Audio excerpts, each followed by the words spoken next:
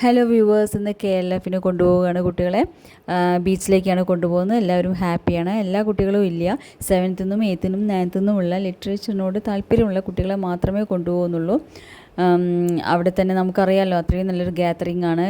പോയറ്റ്സിൻ്റെയും ഓത്തേഴ്സിൻ്റെയും അവരുടെ കോൺവെർസേഷനിലൊക്കെ ഒരു ഭാഗമാകാൻ കഴിയുന്നത് വളരെ നല്ല കാര്യമാണ്.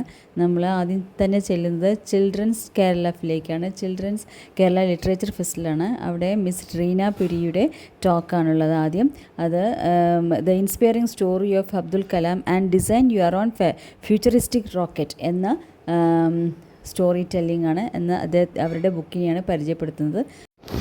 പിന്നീട് രൂപ പൈയുടെ അഡ്വഞ്ചേഴ്സ് ഓഫ് താരാനട്സ് എന്ന സെഷനായിരുന്നു. ശരിക്കും നമ്മൾ ഹാരി പോട്ടർ സീരീസ് ഒക്കെ ഫെമിലിയർ ആണെങ്കിലും ഇന്ത്യയുടെ തന്നെ ഫസ്റ്റ് ഫാൻറ്റസി ബുക്ക് സീരീസാണിത്. അതിൻ്റെ തന്നെ 60th ആനിവേഴ്സറിയാണ് നമ്മൾ സെലിബ്രേറ്റ് ചെയ്യുന്നത് ഈ വർഷം. അപ്പോൾ വളരെ രസകരമായിട്ടുള്ള ഒരു കോൺവെർസേഷനായിരുന്നു.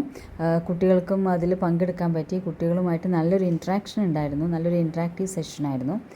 പിന്നീട് കുട്ടികളുടെ കൂടെ സംസാരിച്ചതിന് ശേഷം ഫോട്ടോ എടുത്തതിന് ശേഷം ഞങ്ങൾ അടുത്തത് പോയത് അക്ഷരം വേദിയിലേക്കാണ്. അവിടെ NS മാധവനും VD സതീശനും തമ്മിലുള്ള ഒരു സംവാദമാണ്. അവിടെ ഭീമച്ചൻ മുതലവേട്ടയും മലയാള കഥയും. അതും കഴിഞ്ഞ് രണ്ട് സ്റ്റാൾസ് കണ്ട് പിന്നീട് ഷാഹിനെ റൈറ്റർ ഷാഹിനെയും കണ്ട് ഫോട്ടോ എടുക്കാൻ പറ്റി. അതിനുശേഷം ഞങ്ങൾ തിരിച്ചു വരികയാണ്. കുട്ടികളെല്ലാവരും വളരെ നല്ല ഹാപ്പിയാണ്. അവരോട് ഇതിൻ്റെ റിപ്പോർട്ട് എഴുതി കൊണ്ടുവരാൻ പറഞ്ഞിട്ടുണ്ട്. നോക്കാം എത്ര കണ്ട് അവർ എഴുതുമെന്ന്. എനിവേ അവർ വളരെ ഹാപ്പിയായിരുന്നു. ഇത്രയും നല്ലൊരു പ്രോഗ്രാമിന് അവർക്ക് പങ്കെടുക്കാൻ പറ്റിയതും. ശരിക്കും നമ്മൾ യുനെസ്കോ സിറ്റി ഓഫ് ലിറ്ററേച്ചർ എന്ന പേരിലുള്ള നമ്മുടെ ഇവിടെ ഇത്രയും നല്ലൊരു ഫെസ്റ്റിവൽ നടക്കുമ്പോൾ കുട്ടികൾക്ക് അതിൽ ഭാഗമാകാൻ പറ്റിയതിൽ അവർക്ക് വളരെ സന്തോഷമുണ്ട്. കൂടെ ഞങ്ങൾക്കും. Okay, thank you for watching. By.